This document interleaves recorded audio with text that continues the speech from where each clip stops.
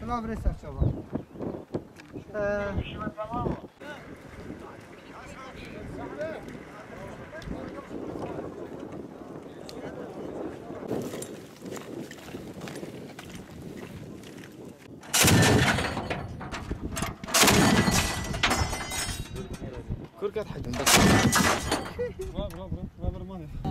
نحن جايين لهون على منطقة الدشيشة هنا مشان نطهر الدشيشة من رجس الإرهاب، من رجس داعش الذي دخل إلى ديارنا من عام 2013 وعبث في ديارنا وعبث في مرتزقات الشعب. نحن أتينا إلى هنا لتطهير المناطق وأمن واستقرار المواطنين والأطفال والشيوخ الذين يعيشون في منطقة الدشيشة.